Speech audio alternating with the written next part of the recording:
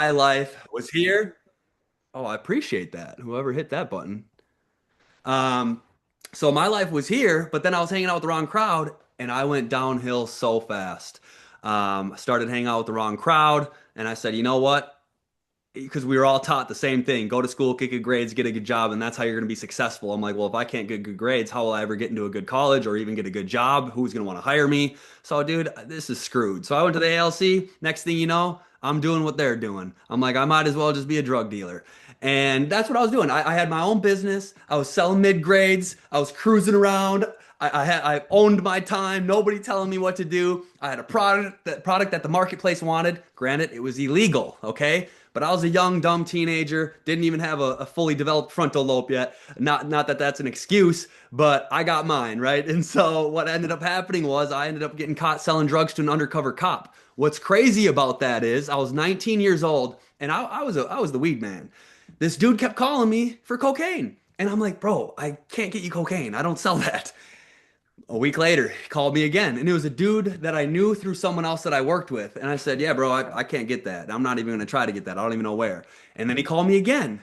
I should have known by that point, but God had a different plan. Okay. This is his sense of humor. I'm like, bro, let me make one call because this one call, it's going to pay for a couple months of rent if I can make this happen. And this dude wants it so bad. So I made one call. Surprisingly enough, I could get it. Went and grabbed the stuff, Oakdale Target.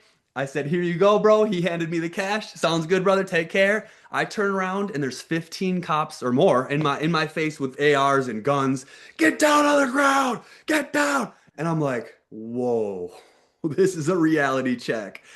And they took me into county, and I remember it like it was yesterday. You go into this bathroom, they say, "Here's your bin, change into these clothes." And I took my street clothes off and I put the jail clothes on and I left the underwear in the bin. I'm like, I don't want those used underwear. So I used the shorts and then I put the jail pants on. And then I was like, all right, man, I'm done. And he looked at me and goes, "Put the underwear on." I'm like, I don't want to wear those underwear, bro. Put them on. And I put the undies on and I put my street clothes through this window. And that was the last I saw those for the foreseeable future. Um, and I was in county, and that's where it started. And when you walk in there, you have your bin. I go to C block, and you walk in, fresh meat, fresh meat. I'm like, oh hell no. And I was going to after I got my cell room, I was going over to the gym. I was just gonna go shoot some hoops or something, just try to figure out what the heck I was about to do. And I had to pass everybody watching TV, and they're all lined up in the chairs watching the TV that was right above me that I had to walk under to get into the gym. And they go, "Hey, what you in here for?" And I said, "I got caught selling drugs." They're like, "We're gonna find out if that's true." I said, "All right, cool." And then that's where I started. And I went to the phone. You get a 2-minute phone call. I said, "Mom, please get me out of here." I was that 19-year-old kid crying over in the corner to his mom, trying to get her to bail me out. And she's like, "Joey, I am not bailing you out of there. There is no way." And I was freaking out. And what's crazy about this is, guys, at this point in my parents' life, my mom had cancer in her lower eyelid and they had to like cut it out, and she just got the procedure done. She's on the phone with me. She's bawling. My older brother is walking behind her with a towel cleaning up the blood that is dripping everywhere as I'm bitching at her on the phone telling me to get me out of jail. Just an idiot. I only cared about myself. And I remember I sat down with a dude named Smasher. His name's Joe Schultz. They called him Smasher. It's a true story. And he got out the guidelines and he said, "What is it you're in here for?" I said, "First degree sales." He said, "First degree sales? How many offenses do you have? How many charges do you have on your record?" I said, "Zero. I've never been charged with anything in my life." He said, "Okay, zero offenses, first degree sales, boom. You're doing 86 months. No probation. You're doing 86 months, guaranteed." And I'm like, "Dude, there's no way I'm going to St. Cloud prison for 86 months. There's no way." Because I'm telling you, I was a great kid my entire childhood. All my buddies' parents loved me. But as soon as I went to that ALC, I crashed and burned. Um, and I just remember after hearing that from Smasher, I went into my cell and I basically just gave my life to Christ. I said, "God, if you have it, please just give me another shot. Give me another shot." And I'm telling you, I'm the cement floor, the steel sink that's connected with the steel toilet, and then the steel beds, and then they don't shut off the lights at night. So I'm sitting there in a cold room, and I'm just like, dude, I'm cutting the bottom of my ramen cup out and taping it to the wall on the wall speaker to amplify the speaker a little bit more to give myself have a little bit more fun and enjoy the place as much as I can. And I was working out. I was doing 1,000 push-ups a day. Smasher was my roommate because I had a handicap cell that was extra big, and somehow he got his way, he kited his way into that room, and he started doing 1,000 push-ups a day, and he made me do them, and my chest was so fried that, and he would do every 20, he would do a dash, 20, 20, 20, 20, psh, right, and that's 100, 20, 20, 20, 20, psh. And when he was down doing push-ups, I'd be pencil whipping real quick. I'm like, I can't do 1,000 with this dude. So when he was down there, I'm just pencil whipping, and he caught me one time. He goes, "Hey, don't mess with my program. I don't care what you do, but don't you dare mess with my program." I said, "All right, man, my bad." But I started ripping out 1,000 push-ups with him, and I had to figure it out, right? I mean, what was I gonna do? I was stuck there now. I made those choices. Now I have to live with it. And now I was in the court system. And I didn't know what was going to happen with me yet because I still had to go through the process. But then in came a lady from Teen Challenge, and she said, they said, "Hey, if you guys want to learn about Teen Challenge, go to this room at this time." So I went to that room, and she was talking about how you can get a reduced sentence if you can go beat that program, if you can go complete it, but it's like a 90% failure rate. And I'm like, well, whatever. I have to do this. And my mom even told me, she's like, "Joey, you got to go to Teen Challenge." And I was like, "There's no way. It's a year long." And she's like, "You're going to be looking at a lot more of that in prison." And I'm like, "That's true." So I did a year in county, year and a half in Teen Challenge, 30 years of probation, which I got off in 10 because I was a good boy. And then they made me do a year of AA once a week. AA, I didn't even have an alcohol problem, but okay, whatever. I'm just gonna do what they tell me to do. And now to think about it, you guys, I kind of look back at that and I'm like, I was a 19-year-old punk kid. I had no clue what was going on. This dude kept blowing up my line because the DEA kept telling him, blow up his line. We want to catch him. I'm like, that was like entrapment. I didn't even sell that until you kept begging me for it. That's how y'all are setting people up. I didn't even think about that until years later. I was just like, that's crazy how they did that. But like I said, I mean, I gave my life to Christ, and I grew up a Christian and stuff, but when you get locked up like that, you lean in to anything you can, any higher power you can. Um, and I knew I was destined for something greater. And even though Officer McCreary, he looked at me and he said, "You're going to be back just like everybody else." I knew in my mind, decision was made. I'm never coming back here. Unless something crazy happens where y'all doing entrapment stuff again or something, I am not coming back here again. And what's crazy is years later, I saw him at my church. I said, "McCreary." He goes, "Hey, what's going on, man?" I said, "Joey Wilson." He goes, "Not ringing a bell." I said, I was in county. I was in laundry crew. And he goes, "Oh yeah." I said, "Dude, you told me I'd be back just like most people. I get it, but I never came back. Here's my wife. We're at church." And he started crying. I mean, it's like straight out of a movie. Um, and so I did 6 months in county or 8 months in county, then went to Teen Challenge in this positive environment. I was on fire for the Lord. If you know anything about Teen Challenge, it is when I say faith-based boot camp, it is faith-based boot camp. You're praying all day long. I mean, you're studying the Bible all day long. You're going to chapel all day long. Most people don't ever make it out of there because the rules are so strict, and if you can't follow the rules, they kick you out. So once I completed that program, I'm like, I'm so ready to get out to the world and just start my life. But I had 2 weeks out, and part of my sentence was to finish up that year in county. They let me out previously a little bit early, but on conditions that I'd come back and finish my time. So I had to go back for 4 more months and finish 4 more months. That 2 weeks that I had out, I was hanging out with my good buddies. We were working out. We were playing Call of Duty. I was reading the Word. I was going to like 3 services a day. But I was also hitting up some girls. It's been 2.5 years at this point. I was, seeing what's going on out there. And I hit up Britt, who was my high school sweetheart, who I had a thing with because she was homeschooled until 11th grade. I left in 11th and a half grade to ALC. So when she got into the high school, I saw her. And if you ever seen Joe Dirt, I was like, I'm gonna marry that girl one day. She's beautiful. And we had a thing for a little bit, but then I disappeared. Years later, I hit her up on Facebook and she's like, "Joey Wilson? No way. Where have you been?" And I said, it's a long story, but I'd love to grab coffee with you. And we went and had coffee at Dunbro's for 6 hours, and I sold her. And then we hung out for 2 weeks every single day. And then she visited me for those 4 months, every single visiting hour she possibly could. And then she was there to pick me up, and I had a garbage bag full of clothes that wasn't even mine, and I had a dream, and I was just like, dude, I got to go do something great. Um, but what I'll say is, I always kept things really simple. And when I got out, I'm just thinking to myself, what are some of the things that I want to do when I get out of here? Okay. I want to get jacked.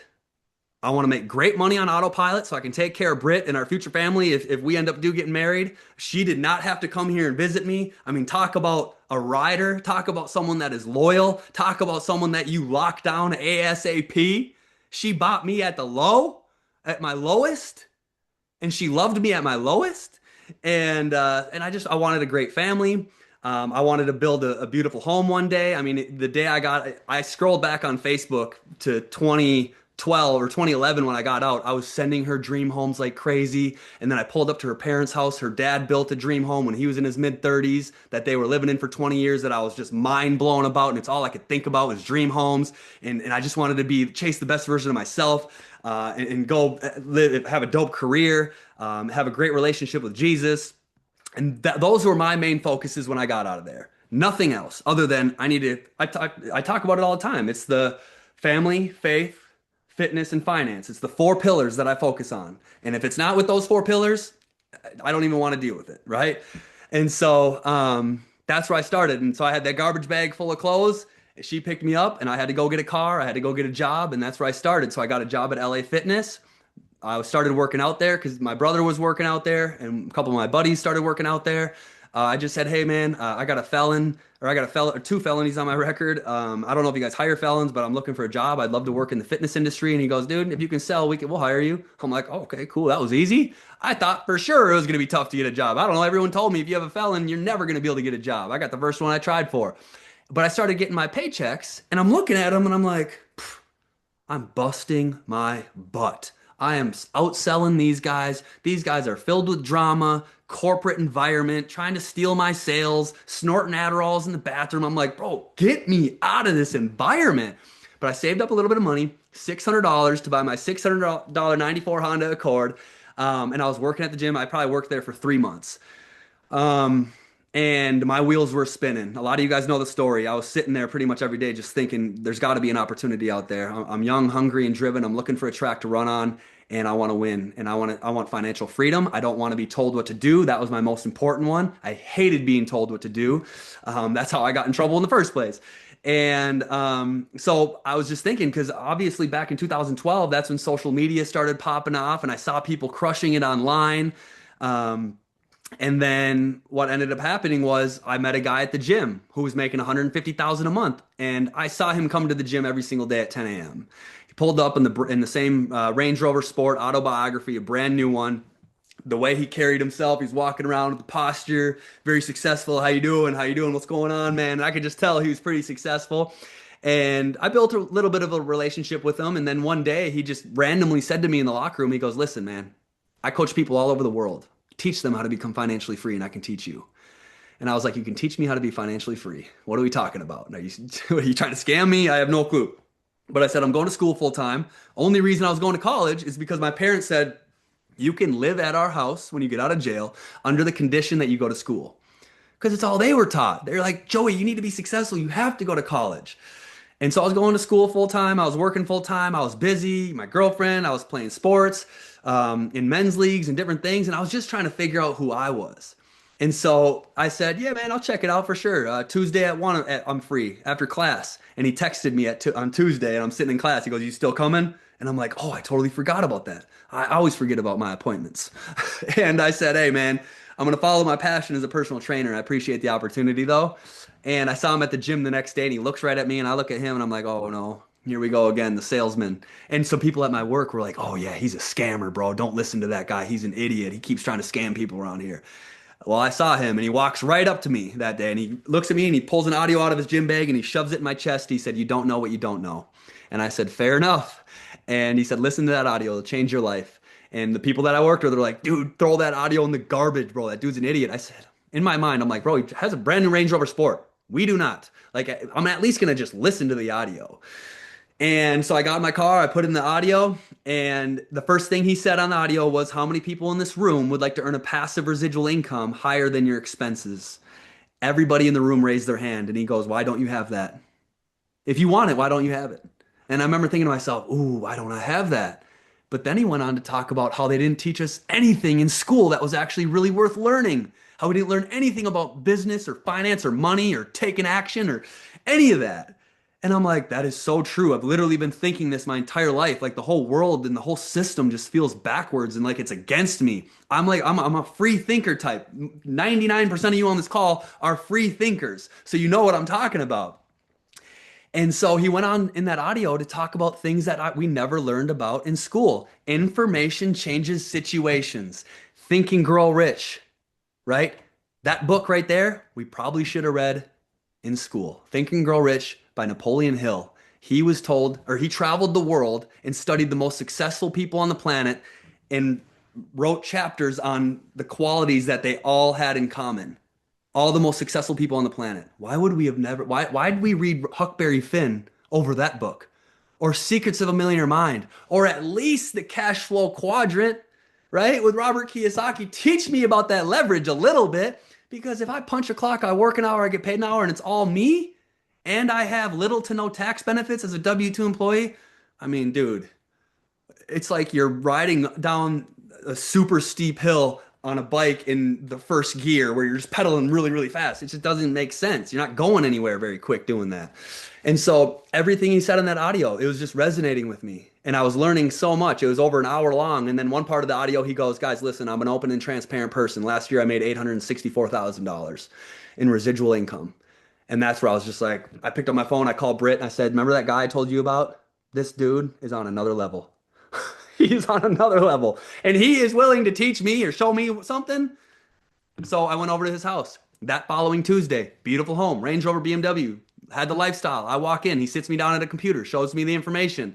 And I remember thinking to myself, if this is real, my life is about to change. I legitimately felt like I was Charlie from Willy Wonka and the Chocolate Factory, and I just got the golden ticket. You're telling me right now, like if I have to write down my dream career, it's be your own boss, choose your own hours, travel the world, tax benefits, leveraged income, mentorship from people that are actually living the life that you want to live, right? I was going to college for business, but who's teaching me about business? Someone that makes 50,000 a year? If they can't teach me how to make 50,000 a month because they haven't done it. If they have done it, they'd be doing it out there. But since they're not doing it, they have to teach it. You guys get what I'm saying? So for once in my life, I have a guy making 150,000 a month and he's willing to teach me and it's a couple $100 to get started. Bro, I'd be an idiot not to get started. And so I did. That's the day I got started. He gave me a $20 bill for gas to get home. And I remember thinking, well, I hope I'm not getting scammed here because I have no money left now. I had $3 left over. And so that was the day I got started, May 1st of 2012. Right. And so I just went out there and I just followed everything that he told me to do. And I knew it was going to take time. I knew it wasn't going to happen overnight. And I just started working, right? We did live events Tuesdays and Thursdays. I got on my Facebook and I just started ripping messages like crazy. I started calling my buddies and I had buddies telling me I was an idiot, that this thing would never work. I'll never forget it. I was out on a boat with my best friends, Sam, Nate, and Nick. And we were out there and I was so excited and I did exactly what we weren't supposed to do, which is verbally vomiting on them and literally trying to explain everything in like 5 seconds. And I was like, bro, I met this guy. He's making 150,000 a month. He comes into the gym. He has this Range Rover, and he showed me this company where I can go out there and build a team, and we can do it together, and build, and he's gonna help us get rich, and this and that. And Sam turns around, and looks at me, and goes, Wilson, bro, shut up. No one's gonna pay you 100 grand a month because that's one thing I said. I'm like, we're all gonna go to 100 grand a month. It's gonna get crazy.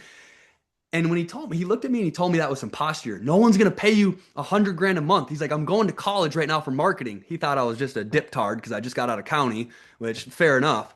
But he's like, I'm going to college for marketing. And I told him this was network marketing. So he like put two and two together. He goes, no one's gonna pay you that. Marketing, it's like a $70,000 a year salary. And I just thought to myself right there, I'm like, damn, okay. Not everybody's going to see the vision. Now I see that. Not everybody's going to see the vision and not everybody's going to believe in their own mind that they could actually go make 100,000 a month. You know what's crazy about that, dude? Literally a few years later, after I started rising up and having some success, I was in my condo and I was going down to the first floor and it stopped at floor three, opens up, and there he was, Sam, holding a picture frame. And I'm like, Grow? He goes, Wilson? I said, what are you doing here? He goes, oh, I'm working for two men in a truck. I'm moving a lady out right now. I said, oh, nice, bro, nice. Marketing degree and all. Moving truck. All right. And I'm like, man, he could have been rocking with me. I was building residuals and I was off to the next meeting. And I'm like, that was my best friend in high school. But dude, to be honest with you, I was on that heat-seeking mission where I didn't care if you were my best friend. If you weren't rocking with me on where I was going, I had to cut you out for a season, right? We talk about that all the time. I was so hyper-focused on where it was that I was going because I screwed up so bad in the past, and I just knew that I had to go out there and prove to myself that I could do something great. And so that was just kind of a little bit of a reality check for me. Like, damn, that's kind of crazy. But over the years, I just kept showing the deal. And I'll be honest with you guys, it never happened as fast as I wanted to. Me and Thayer were running every single day. I drive up to, well, I mean, it started with me in my small town, and then I got a dude in Burnsville, and I'm driving 45 minutes out there every day. I'd hit the gym at 10 a.m. And then I'd go out to Burnsville, which was a 45-minute drive, and I'd pick up my running partner Mikhail, and I'd go drive him around to all the meetings that we have, and I'd show all of his people for him. And at 1 a.m. or even later, I would start driving home, and I was so bad at driving home at night that I'd have to pull over in the same church parking lot and just fall asleep for like 30 minutes or an hour so I could just catch some Z's quick, and then I'd turn the car back, and then I'd turn around and keep going. And then, eventually Thayer was on the team. He joined, and then I started driving up to Eau Claire because I found out that he was actually serious about this thing, and I was living on his beanbag basically. Actually, I was driving up there 3 days a week, and that's an hour and a half each way. So I would drive up there 3 days a week, there and back, and eventually started sleeping on his beanbag and just doing whatever it took. I didn't care. I said, I'm either going to win here or I'm going to be homeless, but I'm not getting a job. And you know what? Thayer shared the same mentality. So when you find someone that has that same mentality, you lock in with that person. And we went to work. And that's what we did. And what's crazy is there was so many nights that I'm like, is this actually going to work? Right? I would work a construction job for $10 an hour cash, and I told my buddy Nick, I said, just give me 10 hours a week, just so I can get $100 a week for gas, so I can get to my meetings.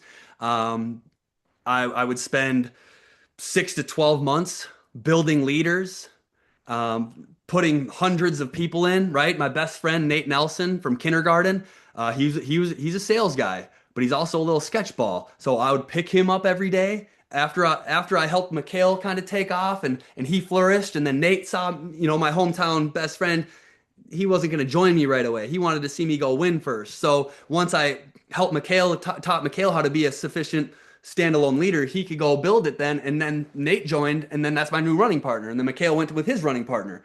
And then I would pick him up every day. He didn't have a dollar to his name. I probably paid for him to get started. I picked him up. I had that qualified BMW that my first company had. There was a BMW bonus. And I would get him a Red Bull and Chipotle every single day. I would drive him to his meetings, and I even blew out one of his legs to 60 people. And then I helped him show every single person on his other leg and got him to 60-60, and he was crushing it. And I don't even care about taking any credit. Bro, you're crushing it. You're my best friend. We're having fun. And next thing you know, a little sketchy thing he does, and he dips out to another company, and he starts saying online that I'm a horrible leader. Don't follow me, this and that. And I'm like, and I'm telling you, it was bad what he said. But he also came from a pretty rough upbringing where his values and stuff weren't the greatest. But he said some pretty mean stuff for how, and you guys know this. If you work with people, honestly, guys, for 13 and a half years in this industry, the more you help people sometimes, the more they're going to stab you in the back. It's the craziest thing. I don't get it.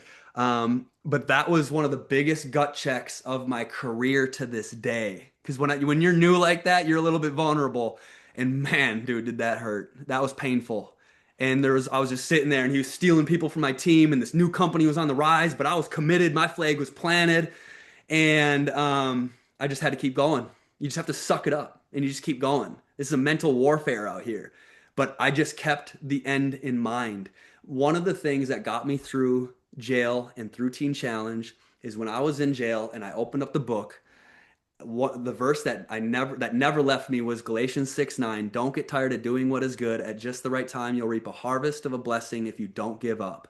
So don't give up, because your harvest is coming. Your blessings are coming. So stay the course. And I knew that. And I also knew that God was going to test me. He wasn't just going to give me the success.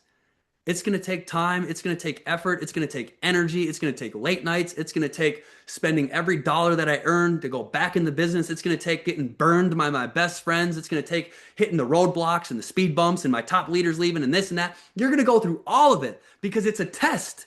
Do you really want this? Most people can't make it through that test. But that's why this is an opportunity. That's why most people don't even get to the top because they don't stay the course. That's why most people don't get fit in the gym because they don't stay the course because anything worthwhile takes time. Type 333 in the chat if you hear what I'm saying. Okay? But again, anytime that things got tough for me, I just pulled that verse out, Galatians 6:9. Don't get tired of doing what is good. At just the right time, you'll reap a harvest of a blessing if you don't give up. Other people, I watched them get put on over me when I knew I was outworking them. I just kept saying to myself, my time will come. My time will come. God bless that person. My time will come. Every situation that happened to me, whether it was positive or negative, I just looked at it like it was positive because even if it was negative, it's a positive because that's a learning lesson, right? That's a learning experience. That's one step closer. And that's just the mentality I carried through the entire thing. But the craziest part of it all, me and Thayer, when we were running back in 2012, 2013, we were looking at the top of the comp plan and we're like, bro, we're going to 50,000 a month by year two. Probably for sure. We go to these events, we're so excited. We're like, everybody's going to join us. This is insane.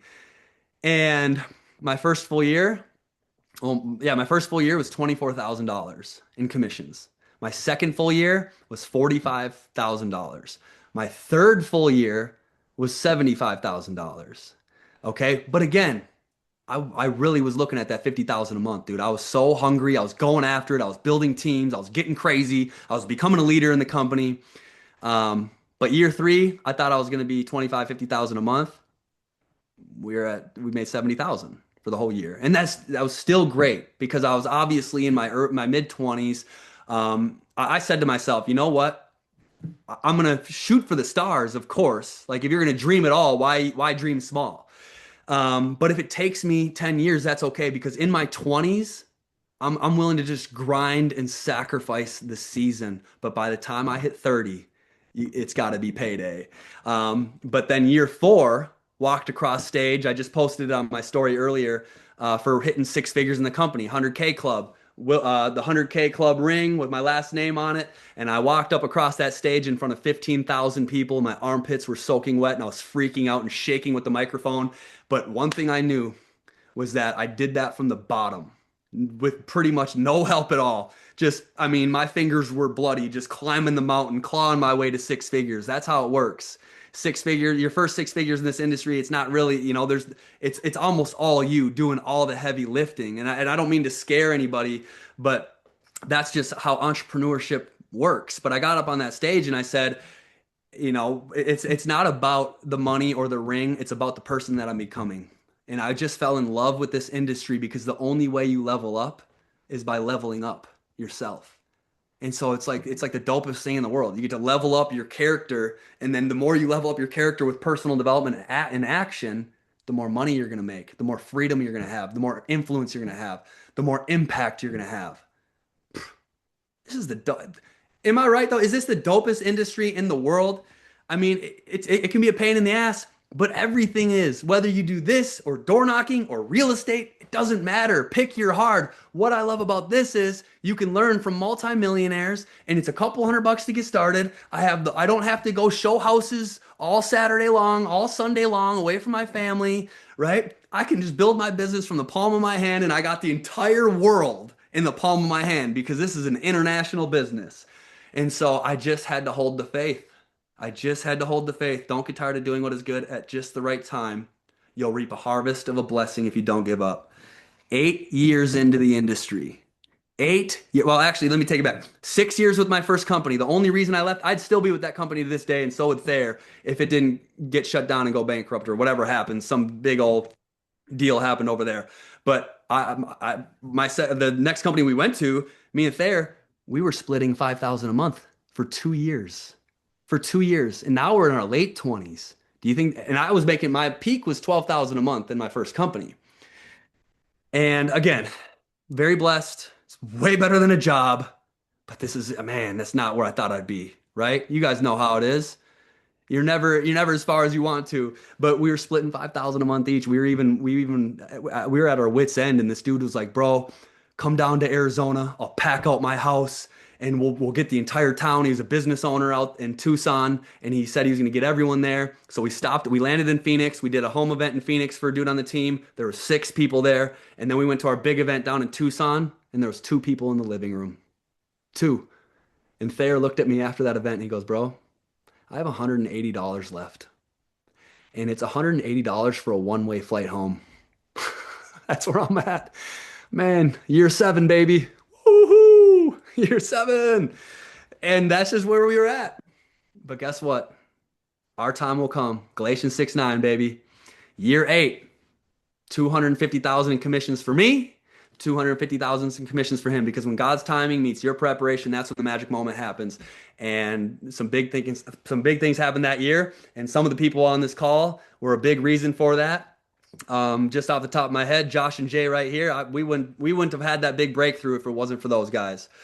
And I'm sure they would say the same thing about us because it takes a team, right?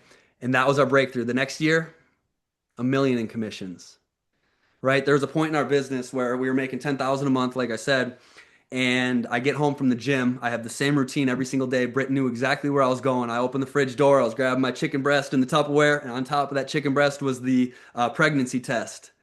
And I saw it, and I was like, "Oh hell no! I got 9 months. I got 9 months to turn this up." So guess what happened? When we made a decision and we rallied the troops, we moved mountains. So we went from 10 grand a month to 100 grand a month in a 9 month period. When that happened, this was around the same time the whole George Floyd thing happened. I'm living in Minneapolis. I just had a daughter.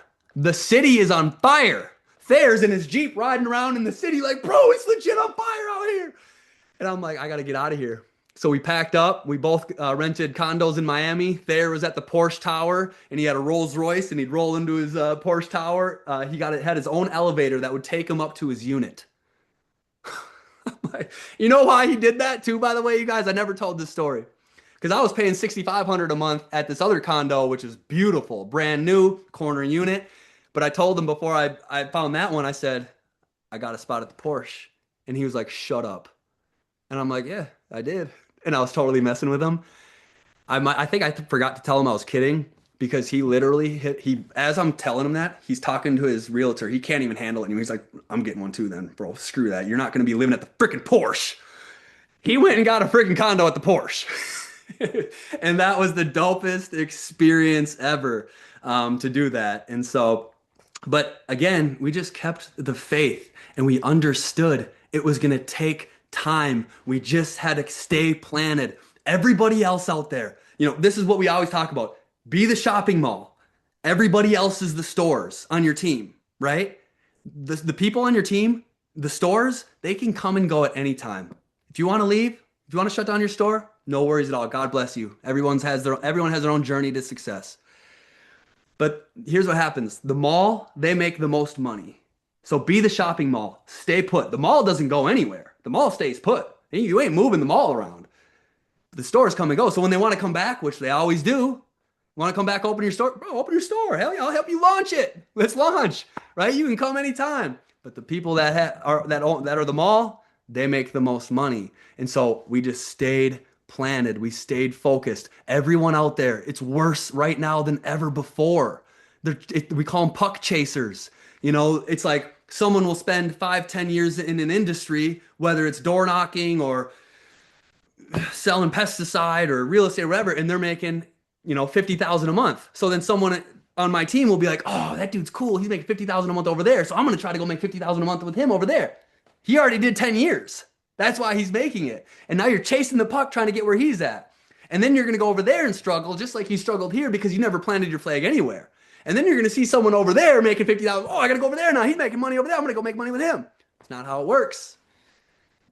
Thrive where you're planted. Stay the course. Become the person. You build it, and then they will come. Right? How many know what I'm talking about? A few takeaways that I had. This is all about building faith, by the way. You have to keep your faith.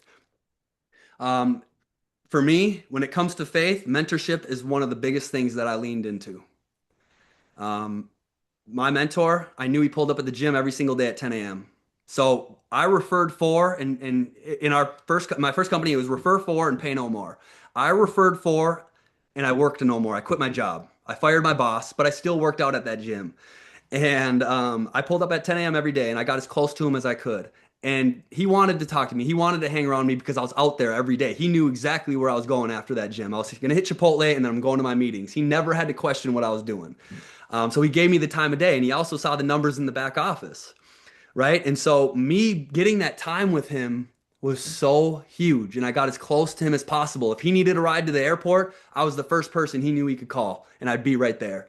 When he pulled up at the events, I waited for him to pull up. He had a wheeler bag with all of his computer and everything in it. I would wheel his bag in for him. I would set up the chairs. I would set up everything. I'd stay late. I'd put the chairs away, whatever I got to do to stay close to that guy because it's the biggest shortcut to success. He's making 150,000 a month, and his biggest problem at the time was he was paying so much in state taxes that he needed another house in a zero state income tax state.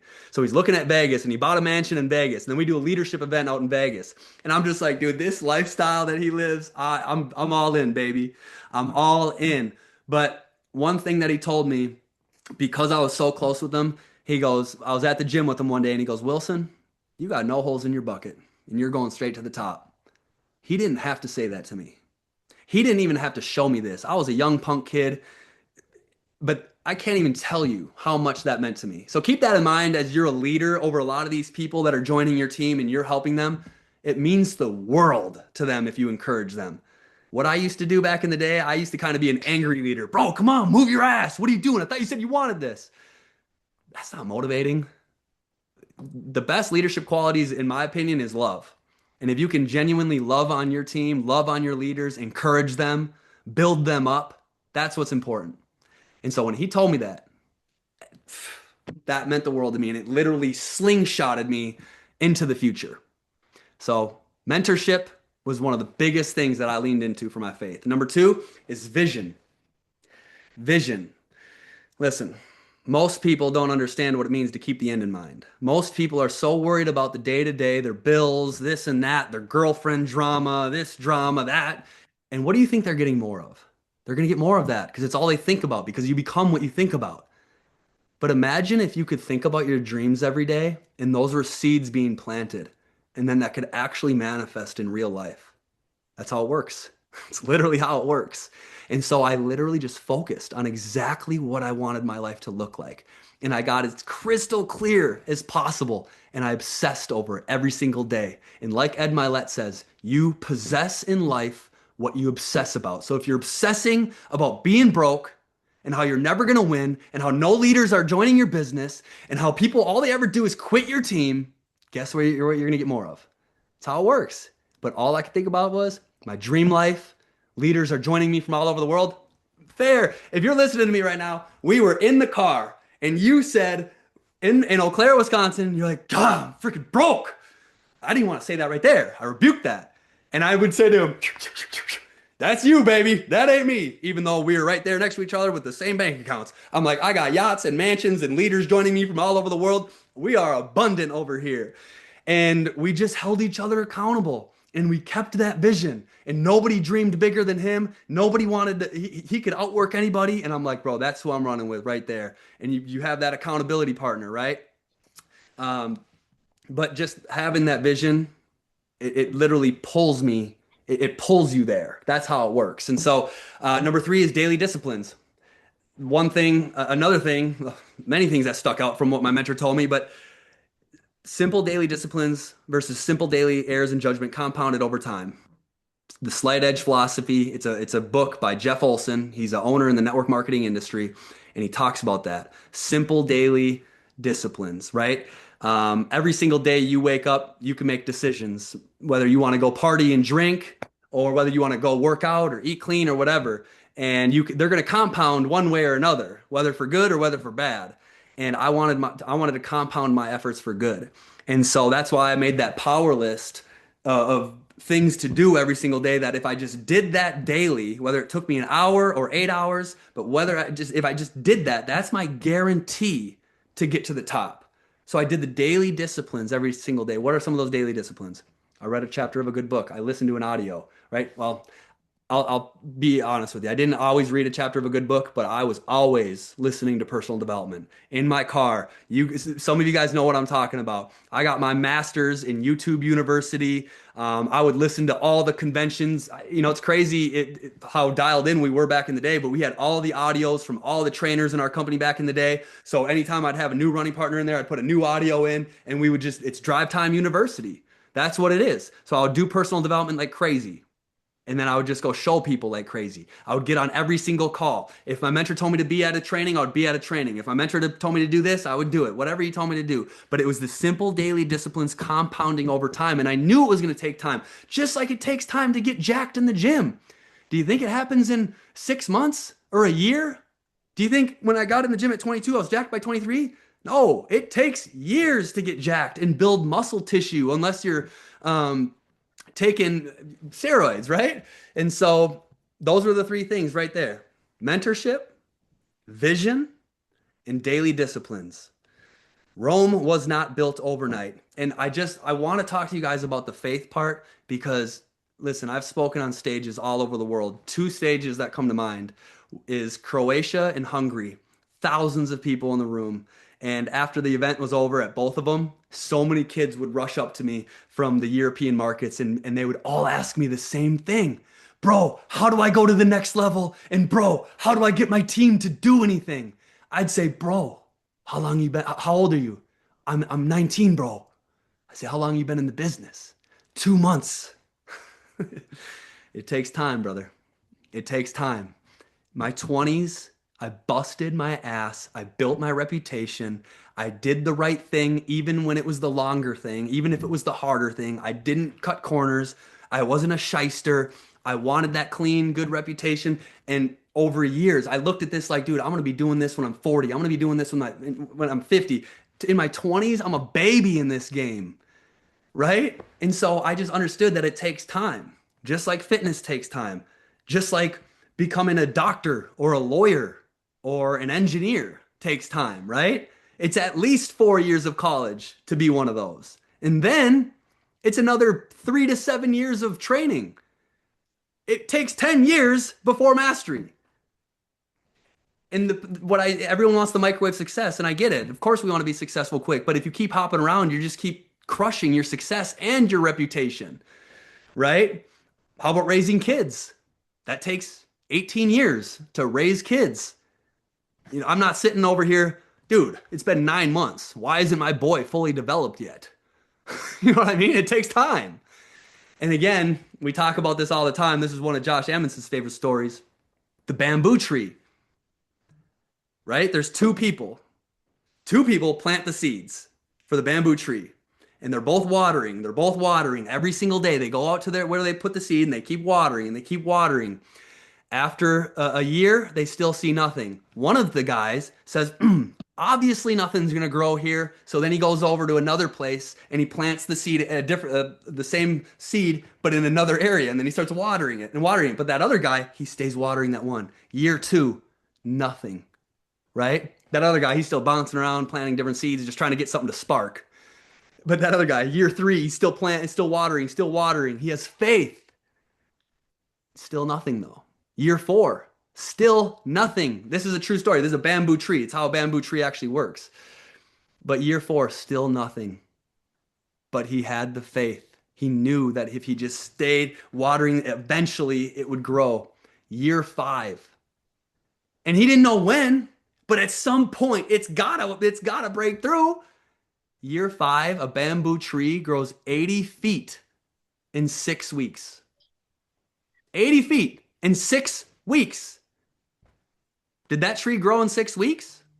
No, that tree did not grow in 6 weeks. It grew for 5 years underground first, right?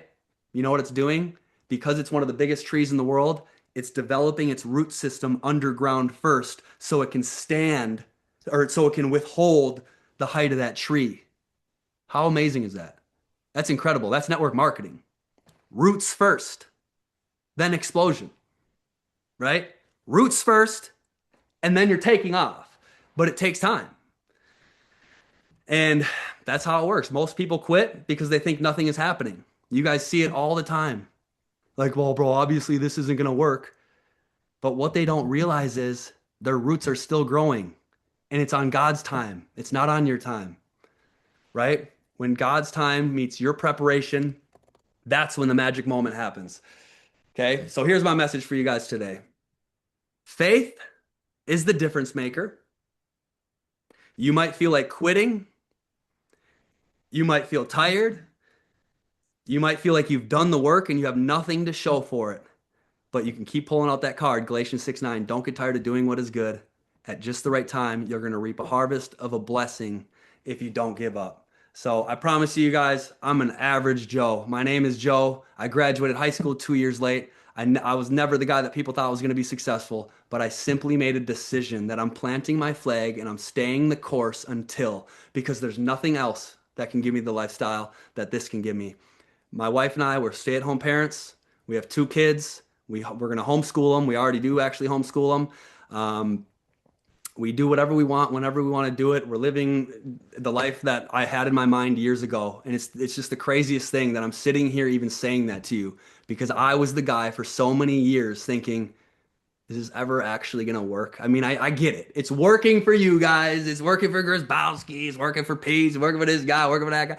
But is it ever going to really work for me? Because nothing crazy great has ever really happened for me. I was a pretty decent, average baseball player, decent football player, sucked in school. So, like, I believe in myself, but at the same time, you still have that in the back of your mind. Is this really going to work? Or should I be doing something else?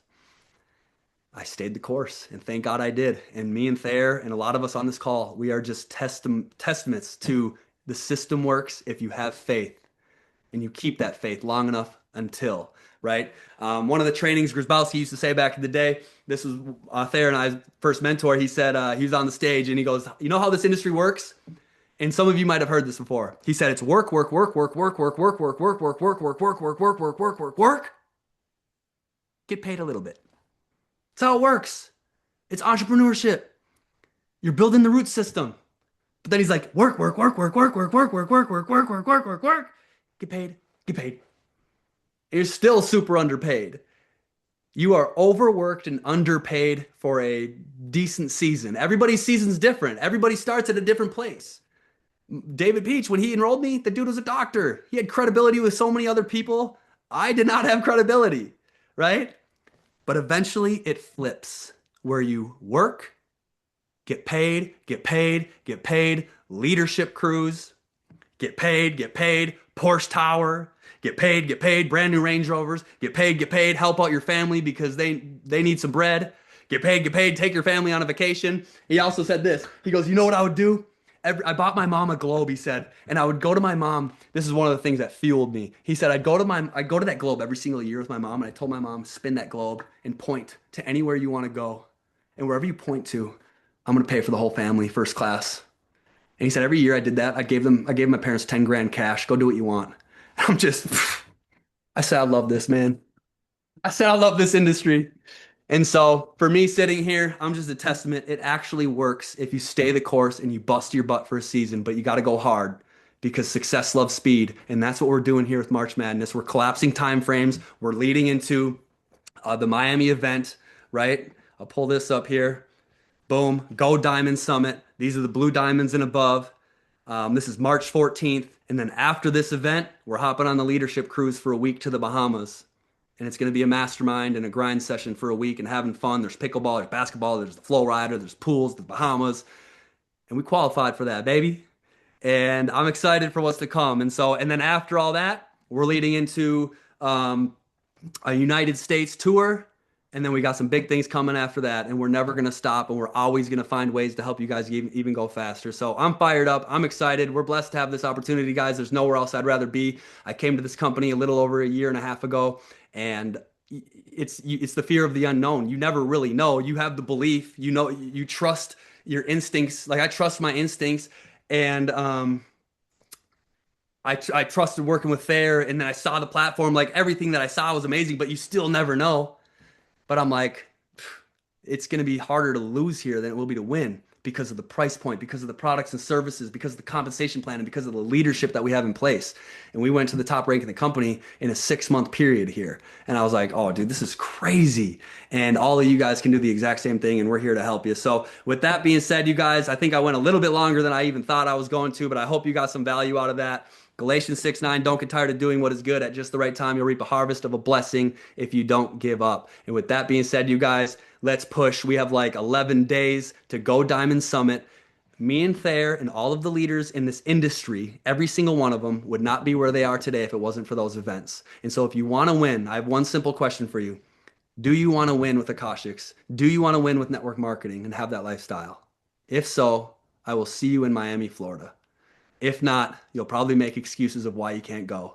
But it's extremely, extremely important because you're going to walk out of that event with your head on fire, and the whole world is going to be watching you on social media, and your business is going to explode. So, with that being said, you guys, I will see you in 11 days in Miami, Florida. Fired up and excited. To the top we go. Let's get it, guys. Have a good night. Peace.